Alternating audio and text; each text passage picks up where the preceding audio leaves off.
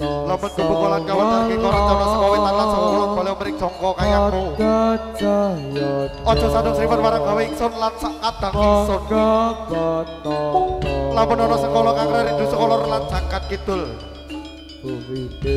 Siro bali ojo tumomo marang ingsun Ring sing ngatur sing bocah ketitik sing Allah bakal ketara manungsa samiku sapa nandur citra bakal nurul citra kerem sapa nandur becik bakal Jawa kalungan wesi senadyan jangkat daton bisa caturan bebasan mung mendung sak payung aja ceblok dina iki atur salam taklim pakurmatan kati korban saking Rogo RKWB original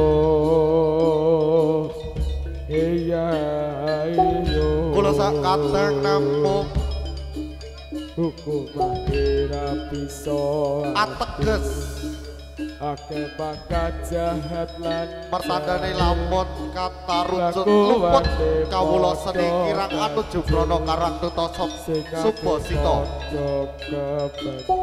kula sakadang boten sanes sambung nyuwun agung ing samudra pangan sami ngantos paripurnanipun adicara atur dumateng pamirsa ingkang satuhu bekti ing dharma lan kautaman wah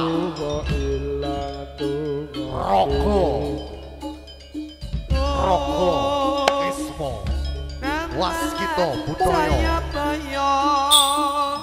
Rahayu Rahayu Gondang Rahayu Rahayu Sapi Bumine wis tuwa anta ele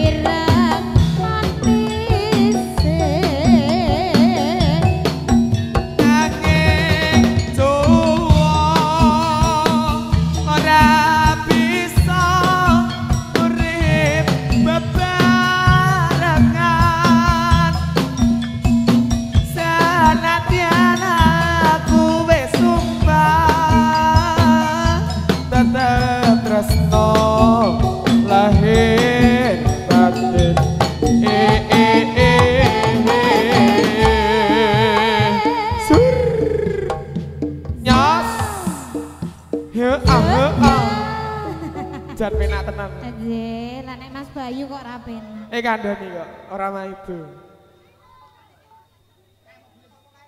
Mau jalanan perpisahan dipaksa. Oma wong tuane.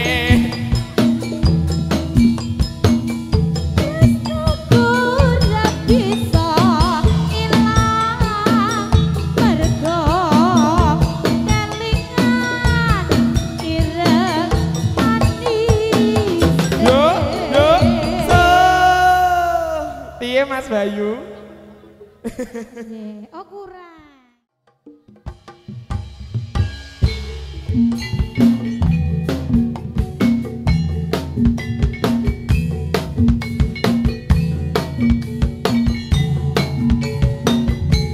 Ora iso medhun. Kembak dalane.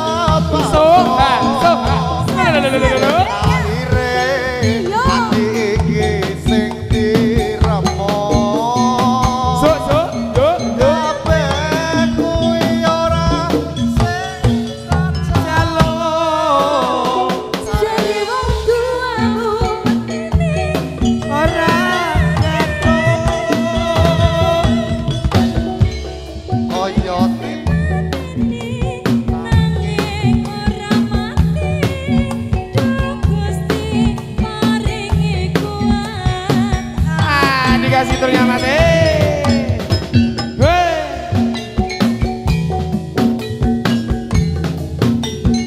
Ada kalawatannya RKBB original. Kesenenganku. Iya sayang.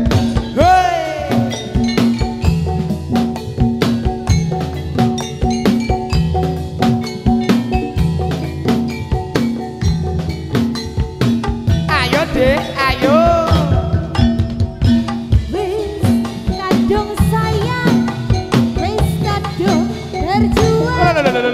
Ati wis nyaman rai sida bepojoan.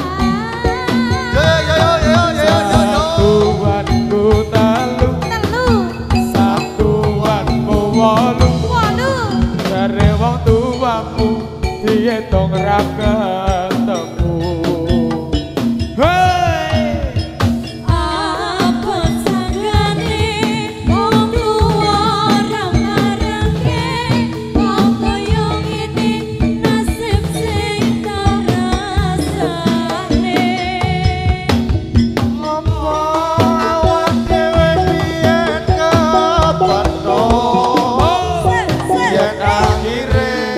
ati iki sing diremo kabeh kuwi ora antar jaluk sare wong tuamu waktune ora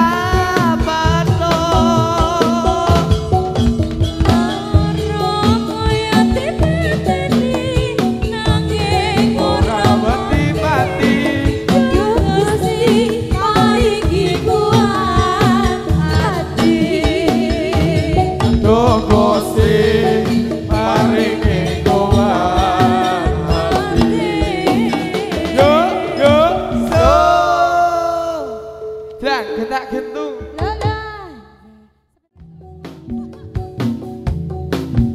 asik so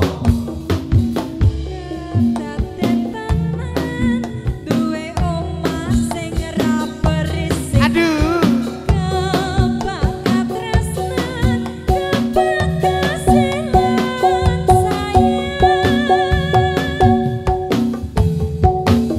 ngobrol ra ono enteke neng tengah wengi tetes embun sing ngancani aku sampean koyo lagi kasmaran tenan mlaku teko tuwa bebarengan matur suwun aku sama iki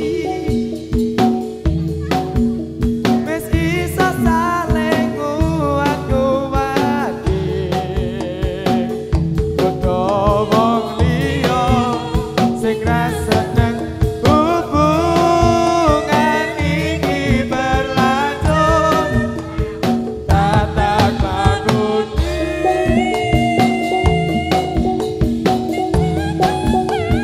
tenang ini saya jelas sarang ngenteni badai terang nanging sinau nari ning tengah hutan kekepasto supaya lepako bebayan panengkung saliro yen rupeto akandan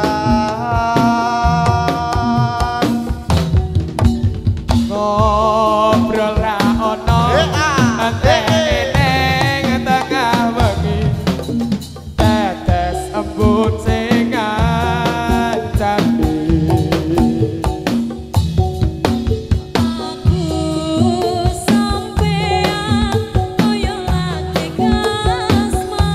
yo tolong apa aku dedek kabeh iki